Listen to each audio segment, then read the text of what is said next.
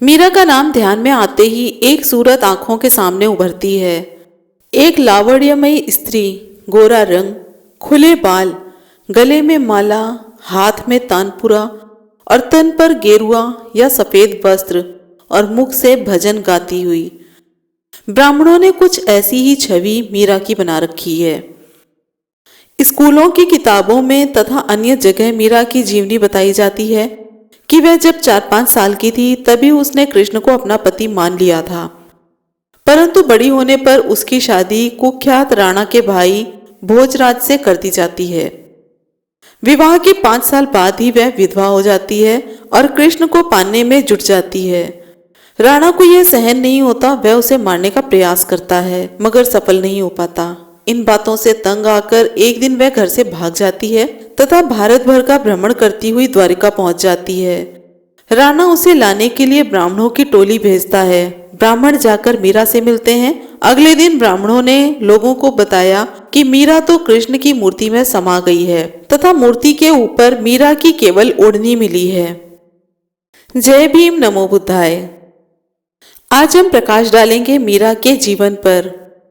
कोई भी समझदार आदमी इस कहानी को सत्य नहीं मान सकता।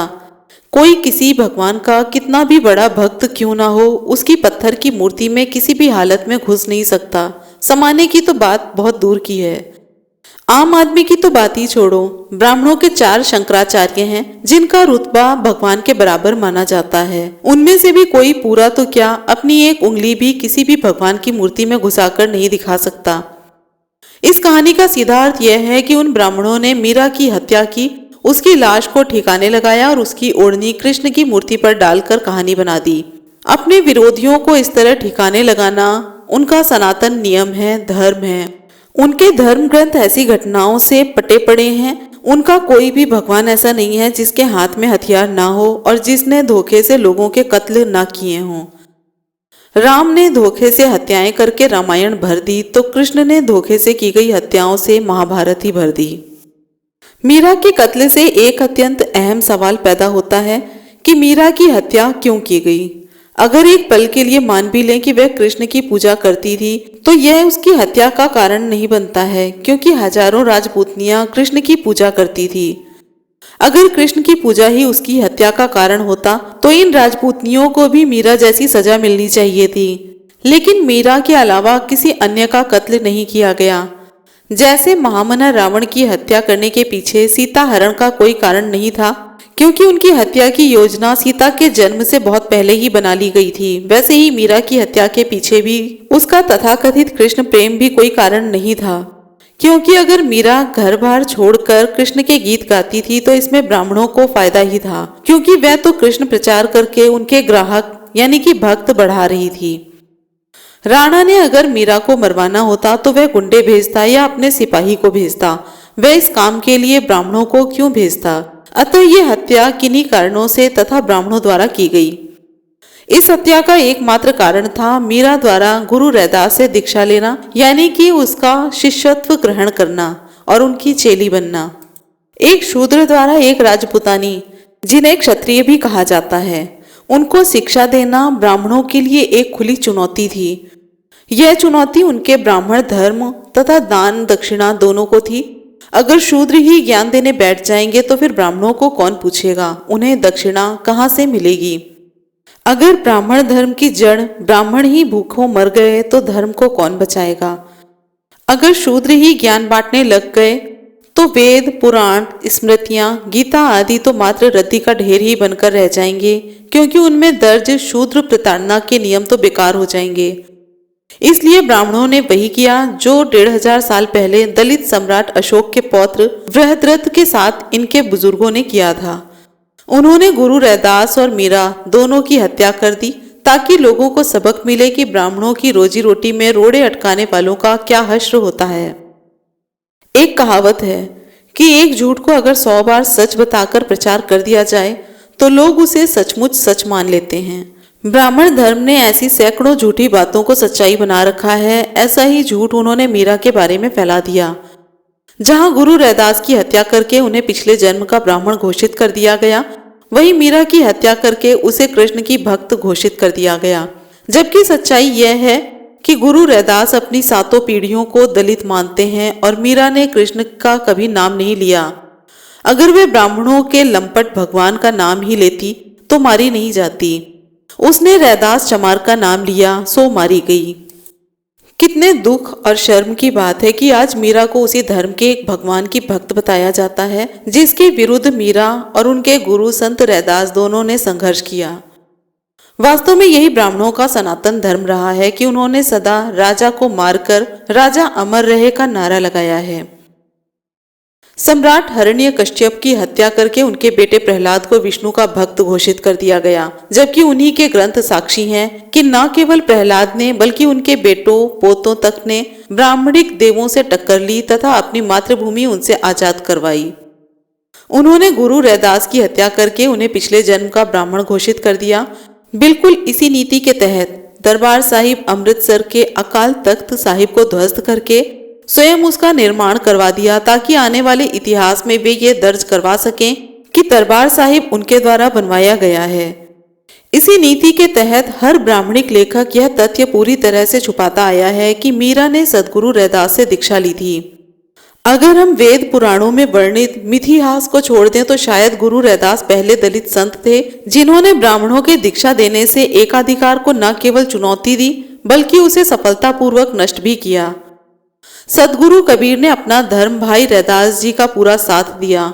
दोनों दलित संतों ने एक नई क्रांति का सूत्रपात किया। सदियों पहले दलितों का स्कूल यानी कि आश्रम की तरफ देखना भी अपराध घोषित कर दिया गया था। किसी भी दलित को किसी आश्रम में दाखिला नहीं मिलता था। अगर कोई कुछ विद्या अर्जित कर भी लेता तो महावीर एकलव्य की तरह अपंग बना दिया जाता था। ब्राह्मणों ने सदा से ही दलितों को दबाकर अपने चमचों को ऊपर उठाया है। महाभारत के अनुसार महावीर एकलव्य उस समय के सर्वश्रेष्ठ धनुर्धर यानी कि धनुष बाण चलाने वाले थे, लेकिन ब्राह्मण द्रोण अपने चमचे अर्जुन को सबसे बड़ा धनुर्धर घोषित करना चाहता था। महावीर एकलव्य के होते ऐसा करना संभव नहीं था, अतः उस धूर्त ब्राह्मण ने महावीर एकलव्य के दाएं हाथ का अंगूठा काट लिया। ऐसा दलितों के साथ सदियों तक होता आया। उन्हें पढ़ने नहीं दिया गया और जो जैसे तैसे करके पढ़ गया उसे महावीर एकलव्य की तरह नकारा कर दिया गया या फिर संत शंभुक की तरह मौत के घाट उतार दिया गया। गुरु रैदास और गुरु कबीर ने इस अन्याय को समाप्त करने का बीड़ा उठाया। उन्होंने दलितों को ज्ञान प्राप्ति के लिए प्रेरित किया तथा स्वयं भी ज्ञान बांटने के लिए आगे आए। उनसे पहले पिछले सैकड़ों सालों से ऐसा करने की हिम्मत कोई नहीं कर पाया था। उन्होंने दलितों को बताया कि बिना ज्ञान के कुछ भी हासिल नहीं किया जा सकता। गुरु रैदास द्वारा दलितों को शिक्षा देना और उससे बढ़कर गैर दलितों को भी शिक्षा देना ब्राह्मणों के लिए खतरे की घंटी थी। अतः ब्राह्मणों ने अपनी सदियों की आजमाई साम दाम दंड भेद की नीति के तहत उनका कत्ल कर दिया। आज क्योंकि सारे रेडियो टीवी अखबार यहाँ तक कि न्यायालय भी ब्राह्मणिक कब्जे में है, अतः टीवी रेडियो अखबार वाला गला फाड़ फाड़ कर चिल्ला रहा है कि मीरा तो कृष्ण की प्रेमिका थी, उसी के प्यार में दीवानी थी। वे सबके सब सच्चाई जानते हैं कि मीरा के प्रभु गिरिधर नागर गुरु रैदास के अलावा और कोई नहीं है। फिर भी वे झूठ पर झूठ बोले जा रहे हैं कि मीरा का कृष्ण से संबंध था। गुरु रैदास का नाम लेते उनकी जीभ जलने लग जाती है।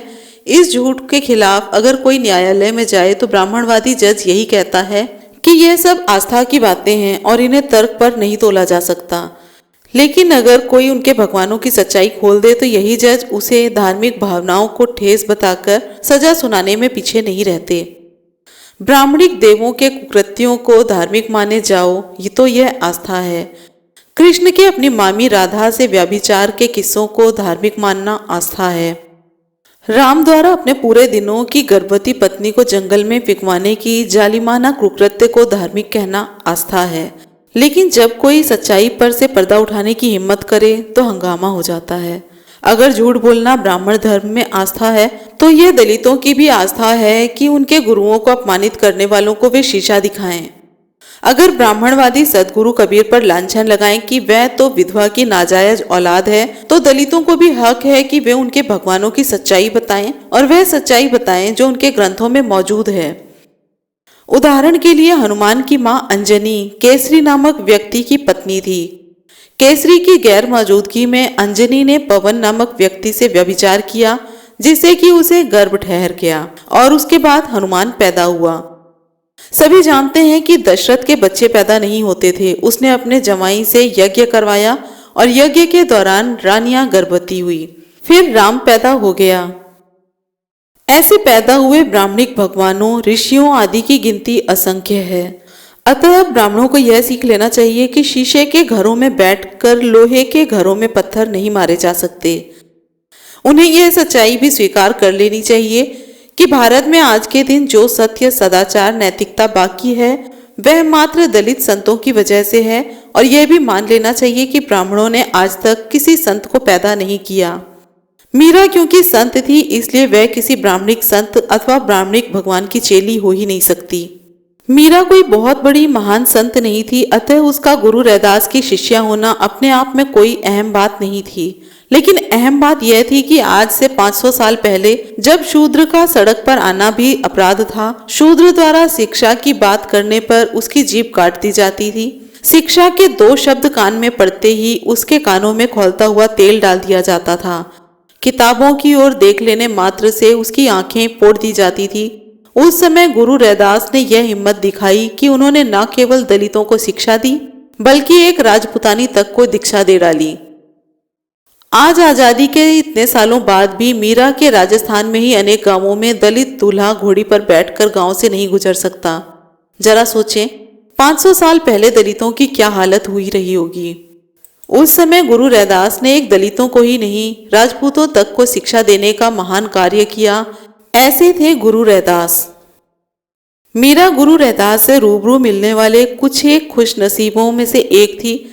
जैसे दूध में मिलकर पानी भी दूध बन जाता है, वैसे ही मीरा गुरु रैदास से मिलकर रैदासी ही बन गई। संत रैदास से मिलकर मीरा की मानो सब इच्छाएं पूरी हो गई। मीरा की वाणी साक्षी है कि वह गुरु रैदास को अपना गुरु, भगवान, मित्र, भेदना सब कुछ मानती थी। मीरा ने कहा है, खोजती फिरूं भेदना, घर को न कोई करे बखानी, सदगुरु मिले रैदास माने, दीनी सूरत सहदानी। मैं मिली जाए पिय आपना, तब मेरी पीर बुझानी। यानी कि मैं मीरा ऐसा मानव ढूंढ रही थी जिसे अपने मन के भेद बता सकूं। मेरे जानने वाले, घर वाले कोई भी ऐसा नहीं जिसे मैं अपने दिल की बात कह सकूं। अब मुझे सदगुरु रैदास मिल गए हैं जिन्होंने मुझे सही राह दिखाई है। मुझे मेरे प्रिय मिल गए हैं जिन्होंने मेरी पीड़ा को पहचान लिया है। मीरा के इन श्लोकों में कुछ विशेष शब्दों का प्रयोग हुआ है। भेदना, घर को, बखानी, सूरत और सहदानी। इन राजस्थानी भाषा के इन शब्दों का खास अर्थ है। भेदना यानी कि वह प्राणी जिससे कोई अपना भेद छुपा नहीं सकता या छुपाना नहीं चाहता। ऐसा प्राणी एक ही होता है जिसे भगवान कहा जाता है, या फिर कुछ हद तक पति पत्नी में भेद साझे होते हैं। मीरा के जमाने में ही साईं बुल्ले शाह जैसे सूफी संत हुए थे जिन्होंने स्वयं को भगवान की पत्नी के रूप में मानकर भक्ति की थी।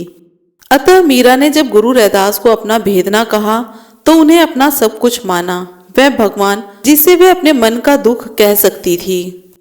यहाँ पे एक शब्द आता है घर को, यानी कोई भी आम जानकार से बढ़कर करीबी जानकार। राजस्थान में जब भी परिवार में किसी खास विषय पर कोई निर्णय लेना होता है तो पूरा परिवार यानी दादा, नाना, नानी, मामा, माँ, बाप, पति, भाई, बेटा आदि सबके सब और जितने करीबी जानकार यानी कि पुरोहित, पड़ोसी, रिश्तेदार होते हैं वे सब मिलकर बैठ जाते हैं, फिर फैसला करते हैं। ऐसे लोग घर का कहा जाते हैं।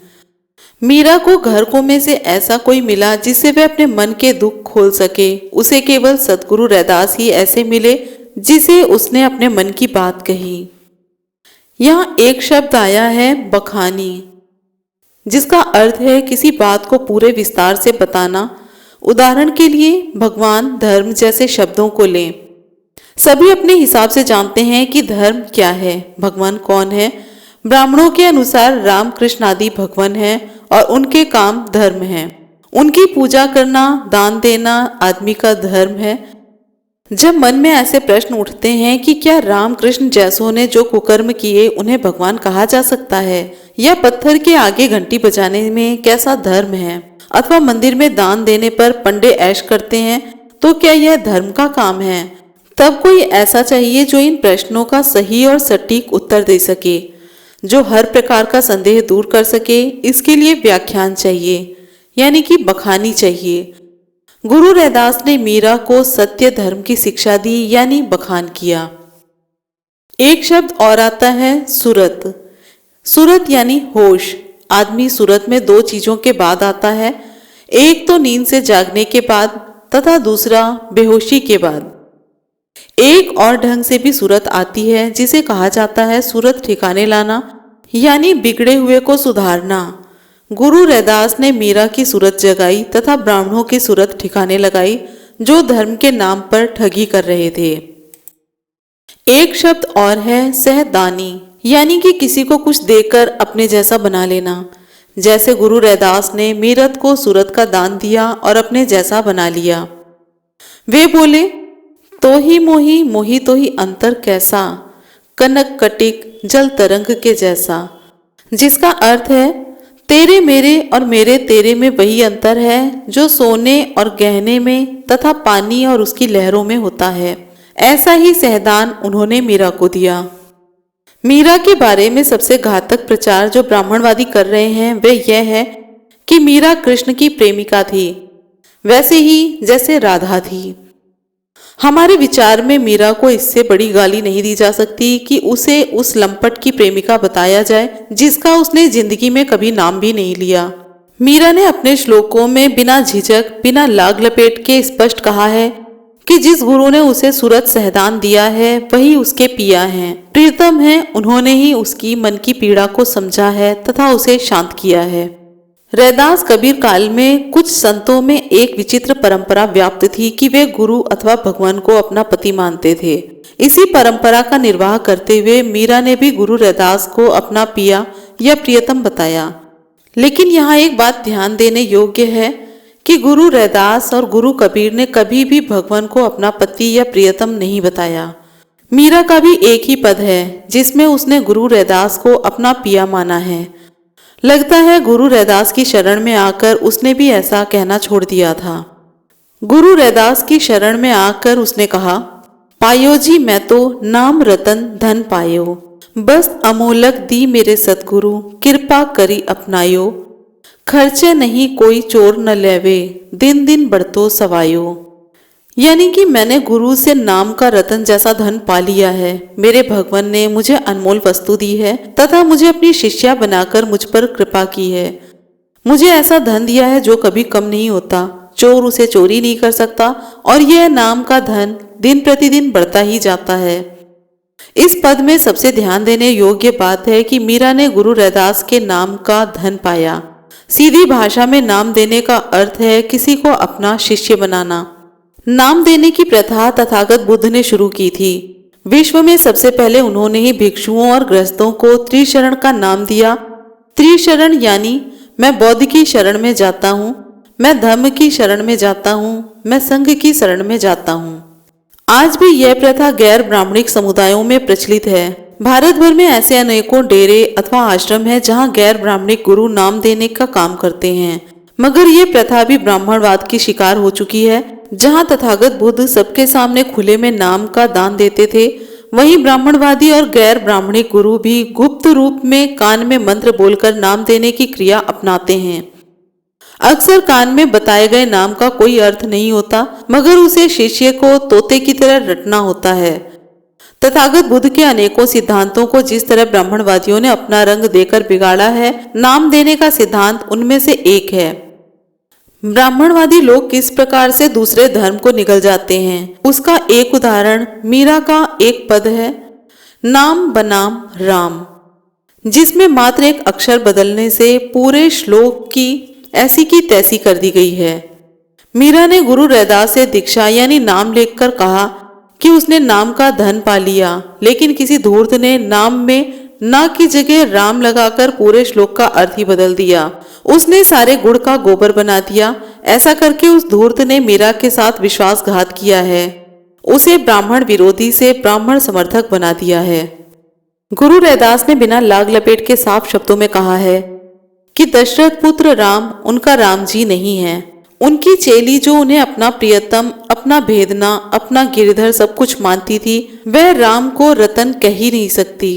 अतः मीरा के नाम को राम में बदलना निश्चित रूप से धूर्तता है। अर्थ का अनर्थ करना लगभग हर ब्राह्मणवादी का काम है। उदाहरण के तौर पर गीता प्रेस की रामायण में ऐसे असंख्य श्लोक मिल जाएंगे जहां भगवान वाल्मीकि ने महाराजा रावण के लिए महात्मा, महातेजस्वी जैसे अलंकारों का उपयोग किया है। लेकिन इन श्लोकों का हिंदी में अनुवाद करते समय इन अलंकारों को राम के साथ लगा दिया गया। ऐसे ही इस्कॉन के एसीपी ने गीता का अनुवाद किया। एक श्लोक में कृष्ण बोला कि आत्मा को कोई समझ नहीं पाता। एसीपी ने अनुवाद किया कि आत्मा को कोई कोई समझ नहीं पाता।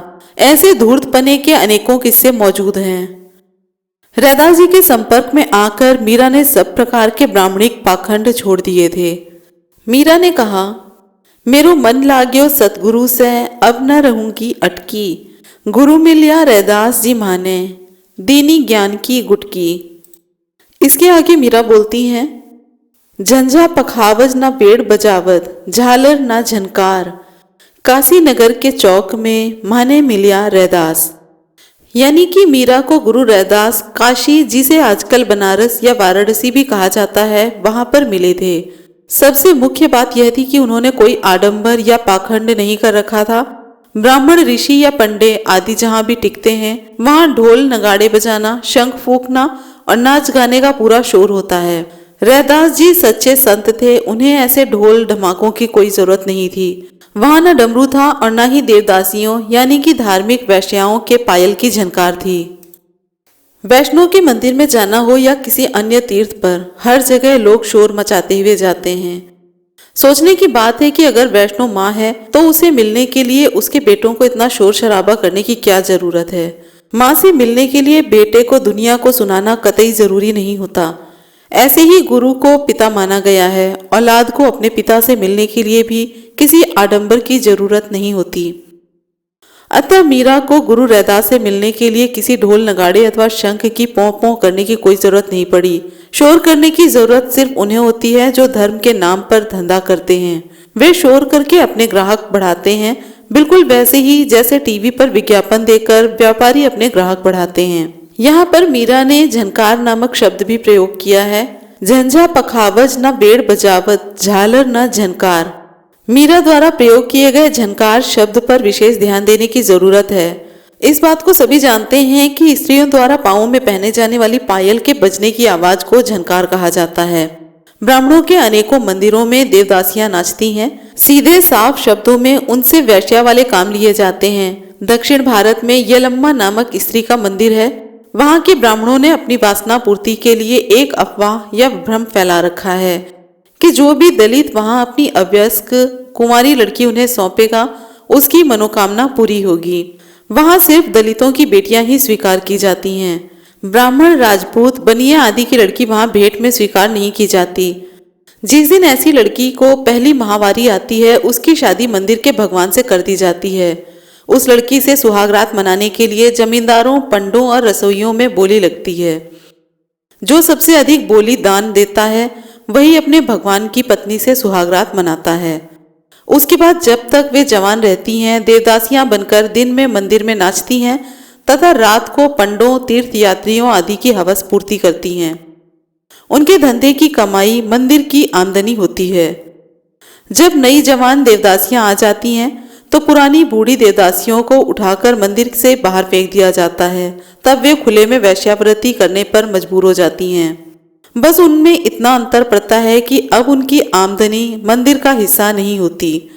अगर देवदासी की लड़की पैदा हो जाए तो वह भी देवदासी बनती है तथा फिर वही जमींदार, पंडे उसकी भी बोली लगाते हैं। अतः संभव है कि बहुत बार असल बाप ने ही अपनी बेटी की बोली दी हो तथा ब्रह्मा की तरह अपने ही खून से पैदा बेटी से मुंह काला कर लिया हो। यही ब्राह्मण धर्म है। इसी के विरुद्ध सभी संतों रैदास, कबीर, मीरा, नामदेव, नानक, पीपा आदि ने आवाज उठाई थी। ऐसी देवदासियां या मुफ्त की वैश्याएं जब नाचती हैं तो उनकी पायलों से झनकार पैदा होती है। मीरा का कहना है कि उसे गुरु रैदास से मिलने के लिए झनकार की जरूरत नहीं पड़ी। गुरु से मिलने के लिए बेटी बनना पड़ता है और बेटी का अपने पिता से मिलने के लिए नाचकर झनकार करने की जरूरत नहीं होती। यह हमें बताने की आवश्यकता नहीं है कि किसे मिलने के लिए पायल की झनकार चाहिए। कितने दुख और शर्म की बात है कि आज उसी मीरा को ब्राह्मणों के अय्याश कृष्ण की भक्तिन बताया जा रहा है तथा किस्से कहानियां बनाकर उसे कृष्ण के आगे नाचने वाली बताया जाता है। गुरु रैदास की चेली होने के सजा के तौर पर ब्राह्मणों ने उसे बदनाम करने के लिए ऐसी कहानियां बनाई हैं। मीरा राजपुतानी थी, इसलिए उसकी लिहाज कर दी गई। अगर कहीं अन्य जाति से होती तो निश्चित रूप से देवदासी या वैश्या घोषित कर दी गई होती। मीरा ने आगे कहा है, बन पर्वत तीरथ देवला ढूंढा चहु दिस तौर, मीरा श्री रैदास चरण बिन भगवन और न ठोर। अर्थात मीरा ने भगवान के चारों दिशाओं के जंगलों, पहाड़ों, तीर्थों, मंदिरों में ढूंढा, लेकिन उसे रैदास जी की शरण में आकर ही पता चला कि भगवान कहीं और नहीं है। साधारण से दिखने वाले इस श्लोक में मीरा ने पूरे ब्राह्मणवाद का खंडन कर दिया है। सभी जानते हैं कि वन, पर्वत, तीर्थ, देवालय ब्राह्मण धर्म के स्तंभ हैं। ब्राह्मणों के सभी ऋषि वनों में रहते थे। सच्चाई यह है कि वे ऋषि वहां पर अपने आश्रमों यानी फार्म हाउसों में अय्याशी करते थे। ब्राह्मणिक शास्त्रों के अनुसार 5 साल का हो जाने पर हर सनातनी को वन में जाना अनिवार्य है। वैसे आज तक एक आम ब्राह्मण वन में रहने नहीं गया, क्योंकि आज उसे वहां ऐसी अय्याशी नहीं मिलती जो ऋषि अपने फार्म हाउस पे किया करते थे। उदाहरण के लिए भरत जब अयोध्या वासियों को साथ लेकर राम से मिलने गया तो रास्ते में ब्राह्मण ऋषि भारद्वाज का आश्रम यानी फार्म हाउस था। वह वहां ठहर गया। वहां उस ऋषि ने भरत के साथ जाने वाले हर आदमी को 7-7 लड़कियां पेश की जो मर्दों की मालिश करने, उपटन लगाने और नहलाने में एक्सपर्ट थी। कोई भी उन्हें छोड़कर राम को मिलने के लिए आगे जाने को तैयार नहीं हुआ। भरत उन्हें डरा धमकाकर आगे अपने साथ ले गया। पूछा जा सकता है कि वह वशिष्ठ अगर साधु था तो उसके पास इतनी लड़कियां कहां से आई। अब बात करते हैं पर्वत के बारे में। उनके सारे देव देवियां पहाड़ों पर रहते थे। वैष्णो, चामुंडा, ज्वाला और पता नहीं कितनी ही देवियां हैं जिनके अड्डे पहाड़ों पर ही हैं। त्रिमूर्ति में से एक शिव और उसकी बीवी पार्वती, ये दोनों तो कैलाश नामक पहाड़ पर ही रहते हैं, मगर उनके लिंग योनि नीचे मैदानों में पुजवाए जाते हैं। हनुमान और कृष्ण तो पहाड़ वैसे ही उठाए घूमते रहते थे जैसे आजकल लोग मोबाइल फोन लिए घूमते रहते हैं। मीरा ने यहाँ पर तीर्थ का भी नाम लिया है। वन, पर्वत, तीर्थ देवला ढूंढा चहु दिस तौर। तो अब हम बात करेंगे तीर्थ की। तीर्थों का पाखंड तो ब्राह्मण धर्म की सांसें हैं। तीर्थों के बारे में बहुत सी अफवाह फैलाई गई हैं कि प्रयाग में नहाने से मोक्ष मिल जाता है, काशी में नहाने से स्वर्ग मिलता है, तो हरिद्वार में नहाने से भगवान मिल जाता है आदि। तीर्थों से कमाई ने ही ब्राह्मणवाद को बचा रखा है। अगर तीर्थों की कमाई ना होती तो ब्राह्मणवाद कभी का इतिहास बन चुका होता। अब बात करेंगे देवला यानी कि देवालय, और देवालय यानी कि मंदिर उनकी कमाई के अड्डे ही हैं। अगर पूरे भारत के मंदिरों की कमाई का टोटल लगाया जाए तो भारत सरकार की कुल आमदनी से कम नहीं बैठेगी। दक्षिण के कई मंदिरों में तो आदमी की भक्ति और लगन की बजाय उसकी जेब के आधार पर दर्शन की लाइनें लगती हैं। कुछ लाख रुपए देने वाला मूर्ति के पास जा सकता है, 1000 देने वाला दूर से माथा टेक सकता है, तो 150 देने वाला बस दूर से चलते हुए उसे देख सकता है। ब्राह्मणों की शातिरता और चालाकी देखो कि लोग फिर भी उस मूर्ति को माथा टेकने आते हैं जिसके पास उन्हें बिन पैसों के जाने की आज्ञा नहीं है। ब्राह्मणिक तीर्थों का खंडन करने के लिए ही सतगुरु कबीर अंतिम समय में मगहर चले गए थे, जिसके बारे में कहा जाता था कि वहां मरने वाला नरक में जाता है। कबीर बोले, अच्छे या बुरे काम करने से स्वर्ग या नरक यही मिल जाता है। उनकी तरह ही मीरा बोली, इन कमाई और अय्याशी के अड्डों यानी पर्वत, मंदिरों और तीर्थों पर भगवान नहीं है। वह बोली, भगवान तो गुरु रैदास जैसे सच्चे संत के वचनों में है, कर्मों में है। उसने कहा कि ब्राह्मणिक आडंबरों, वन में जाना, मंदिरों में घंटियां बजाना, गंगा जमुना में डुबकी लगाना, कथाएं करना, यज्ञ करना आदि से मुक्ति नहीं मिलती। यह सब तो पाखंड है जो ब्राह्मणों ने अपनी रोजी रोटी चलाने के लिए बना रखे हैं। गुरु रैदास की स्तुति में मीरा ने कहा है, मेरो मन लाग्यो सतगुरु से अब न रहूंगी अटकी, गुरु मिलिया रैदास जी माने दीनी ज्ञान की गुटकी। मीरा सतगुरुदेव की करे वंदना आस, जो चेतन आत्म करया धन भगवन रैदास। मीरा ने अपने उपरोक्त पदों में स्पष्ट किया है कि उसके प्रभु गुरु रैदास ही हैं, अन्य कोई नहीं। पहले श्लोक में उसने कहा है कि उसका मन गुरु रैदास में रम गया है क्योंकि उन्होंने उसे ज्ञान की गुटकी दी है। अब ज्ञान मिलने पर वह कहीं पर भी अटकी नहीं रहेगी। इस श्लोक में गुटकी शब्द विशेष महत्व रखता है। गुटकी या घूंटी नवजात बच्चे को दी जाती है। ब्राह्मणिक परंपरा के अनुसार जब ऊंची जाति वाले जनेऊ धारण करते हैं तो उनका दूसरा जन्म होता है और वे द्विज कहलाते हैं। बौद्ध श्रमण अथवा संत परंपरा के अनुसार जब कोई व्यक्ति भिक्षु बनता है तब उसका दूसरा जन्म होता है तथा उस दिन से उसकी आयु गिनी जाती है। बाद में भिक्षु बनने वाला पहले वाले से कम उम्र यानी छोटा माना जाता है, चाहे वह किसी भी जाति का हो। ब्राह्मणिक परंपरा में ब्राह्मण का बच्चा 4 साल का होने पर, क्षत्रिय का 8 साल का तथा वैश्य का 12 साल का होने पर जनेऊ धारण करता है। अतः ब्राह्मण हर हाल में दूसरों से ऊपर ही रहता है। मीरा का कहना है कि संत रैदास ने उसको ज्ञान की घूंटी दी, अर्थात गुरु रैदास की चेली बनने पर उसका दूसरा जन्म हुआ है। आम लोग ऐसा मानते हैं कि जो व्यक्ति बच्चे को पहली घूंटी देता है, बच्चे का स्वभाव वैसा ही बन जाता है। राजस्थान गुजरात के लोगों में तो बुरे स्वभाव वाले को ताना भी दिया जाता है कि उसे किसी बुरे आदमी ने घूंटी दी है, इसीलिए घूंटी बहुत सोच समझ कर दिलवाई जाती है। अतः जब मीरा ने गुरु रैदास से घूंटी ली तो चारों दिशाओं में पूरी छानबीन करने के बाद ही उसने ऐसा कदम उठाया। मीरा ने गुरु रैदास को भगवान माना क्योंकि उन्होंने उसे आत्मज्ञान दिया है। आत्मज्ञान आत्मा का ज्ञान नहीं है, बल्कि यह तथागत बुद्ध का संदेश है जिसे संतों ने आगे बढ़ाया है। तथागत बुद्ध ने कहा, अत्त दीपो भवः, अर्थात अपना दीपक आप बनो, अपना भला बुरा खुद सोचो, खुद अपना मार्ग चुनो। वे बोले कि आदमी और पशु में एक ही अंतर होता है कि आदमी नैतिक और अनैतिक कार्यों की पहचान कर सकता है, लेकिन पशु में ऐसी समझ नहीं होती। अतः आदमी को अपना नैतिक मार्ग स्वयं चुनना चाहिए। संत उसे आत्म आप जगाना कहते हैं। अतः जब मीरा कहती है कि गुरु रैदास ने उसमें आत्म आप जगाया है तो उसका कहना यही है कि अब वह अपना भला बुरा स्वयं सोच सकती है। गुरु रैदास ने उसे किसी आत्मा या भगवान के दर्शन नहीं करवाए। मीरा ने कहा है, रोचक अंध भयानक त्याग्यो, ज्ञान यथारथ पायो जी, मीरा प्रभु रैदास शरण ले, आत्म आप जगायो जी। इस श्लोक में मीरा ने 3 चीजों को तो त्यागने की बात की है तथा गुरु रैदास की शरण में जाकर आत्मा आप जगाकर सच्चा ज्ञान प्राप्त करने की बात भी कही है। यह रोचक अंध और भयानक क्या है, इसी के पीछे मीरा की सच्चाई छुपाई गई है। रोचक अंध और भयानक, मीरा ने कहा है कि गुरु रैदास की शरण में जाकर उसने इन तीनों चीजों का त्याग कर दिया है। इन 3 को जानने के लिए यह जानना जरूरी है कि गुरु रैदास की शरण में आने से पहले मीरा क्या करती थी, जिसे उसने उनकी शरण में आने के बाद त्याग दिया। मीरा की कथा है कि वह बचपन में कृष्ण की भक्तिनी थी। शादी के कुछ साल बाद ही वह विधवा हो गई थी। ससुराल वालों ने तंग किया तो वह घर बार छोड़कर निकल गई। ज्ञान और शांति की तलाश में घूमती रही। फिर वह काशी आ गई, जहां उसकी मुलाकात गुरु रविदास से हुई। गुरु रैदास के संपर्क में आने के बाद मीरा का वही हाल हुआ जो जौहरी के संपर्क में आने पर कच्चे हीरे का होता है। गुरु रैदास ने उसे तराश कर उसमें छुपी सारी की सारी बुराइयां निकाल दी। जितने प्रकार के रोचक अंध और भयानक ब्राह्मणी विचार उसमें थे, सभी समाप्त कर दिए।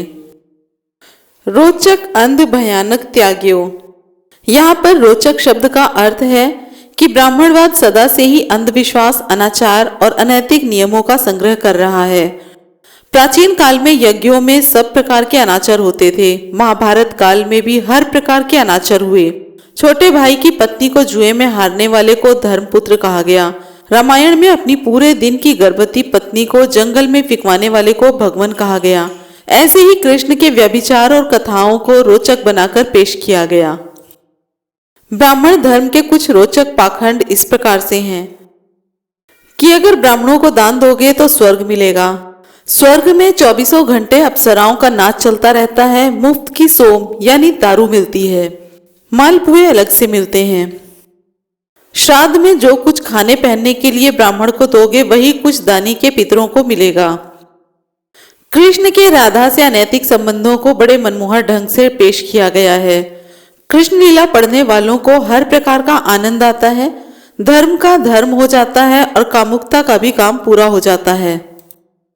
मीरा कहती हैं कि गुरु रैदास से दीक्षा लेने के बाद उसने ब्राह्मणवाद के सभी रोचक पाखंड छोड़ दिए हैं। उसने स्वर्ग, नर्क और कृष्ण की रोचक लीलाएं सभी त्याग दी हैं। स्वर्ग की कल्पना और कृष्ण की कामुक लीलाओं के अतिरिक्त ब्राह्मण धर्म में कुछ भी रोचक नहीं है। रोचक अंध भयानक त्याग्यो। यहाँ पर अंध का अर्थ है अंधविश्वास। अंधविश्वास का ही दूसरा नाम ब्राह्मणवाद है। आदिकाल में ब्रह्मा द्वारा धरती बनाने के झूठ से लेकर 21वीं सदी में मूर्तियों द्वारा दूध पीने तक को ब्राह्मणों का इतिहास अंधविश्वास के कामों से ही भरा पड़ा है।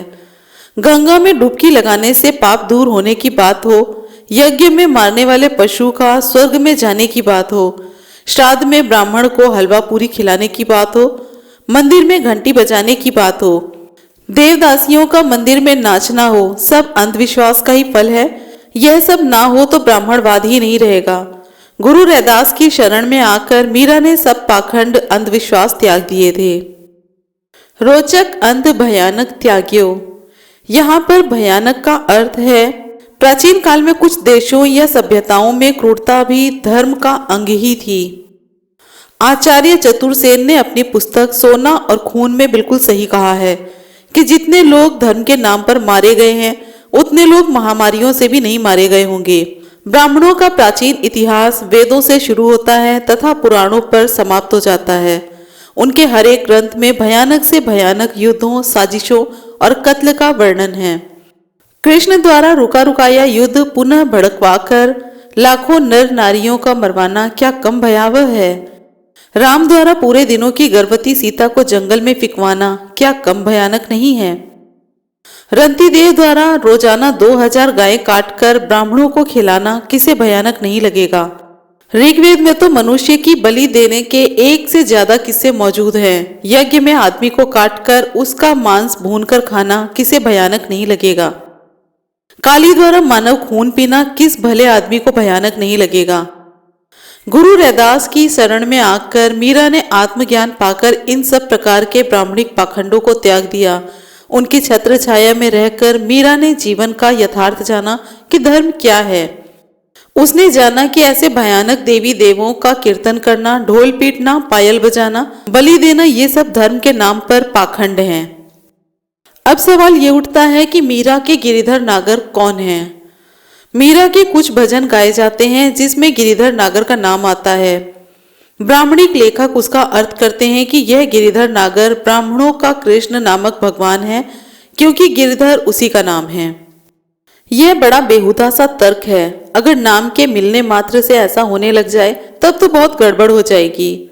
अगर नाम एक जैसे होने पर मीरा का गिरिधर कृष्ण है तो क्या भारत में आज के दिन जितने भी दशरथ नाम के आदमी हैं वे सभी राम के बाप हैं, या जितने भी वासुदेव हैं वे कृष्ण के बाप हैं?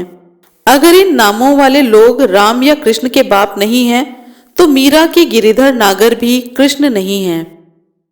गिरिधर नागर का अर्थ आपटे कोश के अनुसार गिरि का अर्थ है साधु के लिए सम्मानजनक शब्द, धर का अर्थ है संभालने वाला, नागर का अर्थ है नगर में रहने वाला।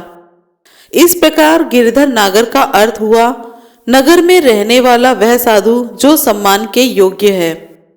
गुरु रैदास काशी नगर में रहते थे तथा सच्चे साधु का आदर पाने के योग्य थे। जहां तक कृष्ण का प्रश्न है वह ना तो नगर का रहने वाला था, न साधु था और न ही साधु वाले सम्मान के योग्य था। अतः मीरा ने जहां भी गिरिधर नागर शब्दों का प्रयोग किया है वह अपने प्रियतम गुरु रविदास के लिए किया है। इस संबोधन में कृष्ण कहीं भी किसी भी ढंग से फिट नहीं हो सकता।